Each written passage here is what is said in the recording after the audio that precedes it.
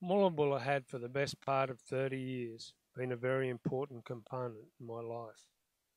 If the truth be known, it was my life. It has had, though, a checkered history, which I won't go into here, but from the early 70s through until it was sold to overseas interests, it was a great station, with good, well handled cattle and superior horses. Those of us who worked there were proud of the place, and this pride was instilled in us, I believe, by the boss, Dick Northcott.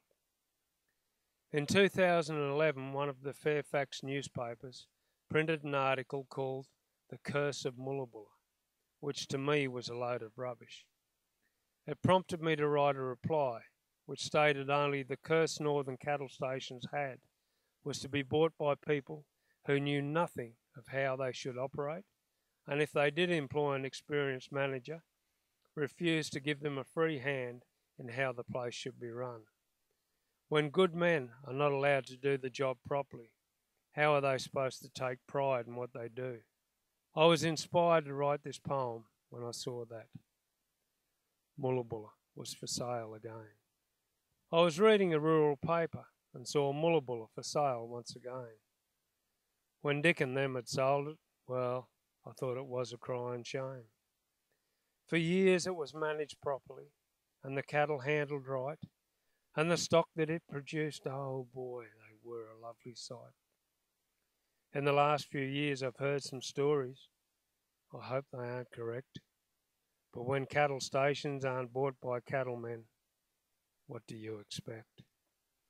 There are plenty of bloody jackaroos out there trying to work the herd. Their operations cause me to shake my head. It's really quite absurd. Money seems to be their main concern, not the welfare of the stock. To see them handling cattle, well, it makes me fairly do my block.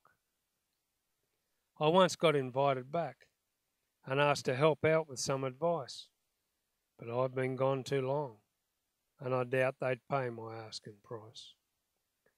Seeing Moola on the market sure brings old memories to mind of Bronco yards and meatworks bullocks, but all in a different time. When it was sold a few years ago, the going price was 18 mil. Now they're asking 40, so it looks like they're really going for the kill. One for all and all for one, we'll work together as a team, but of those long gone mustering days, it seems now I only dream. The staff of years ago was always loyal, and most were long serving, but of course we always thought of more money we were deserving. The stock camp mustering season would go for months on end, and big fat bullocks to Wyndham meatworks we would send. I could talk of this station for ages. There are so many tales I could tell, and the thing that pleases me most is on those memories I can dwell. The 1TO horses were the pride of us blokes out in the camp. All were strong and hardy, and they had that true Moola stamp.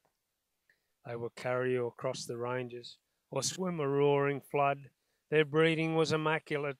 Yep, they had the best of blood. Red Brahma bulls were brought in to put across the short-horn cow, and that Brahman blood is what dominates the herd right now. At times we lived with just a pack horse, and I suppose we did it tough. But you know, I thought it healthy, working hard and living rough. The season often seemed real long, but the holidays were short. We rolled the swag each morning, and then a decent horse we caught.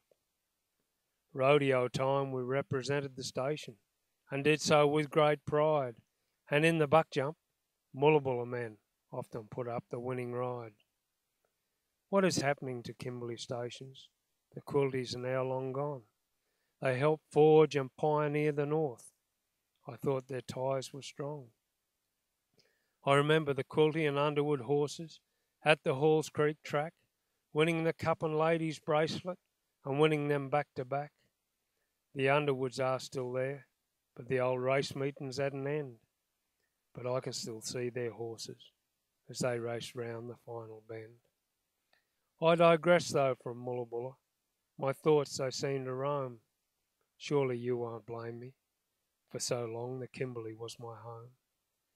My dreams at night are haunted. It seems Moola is with me still, and I can still picture old Robin Soak and Amherst's distant hill. Well, I hope they get their asking price. Yep, I hope they get their cash. But I surely pray it's bought by a cattleman with that old elan and dash.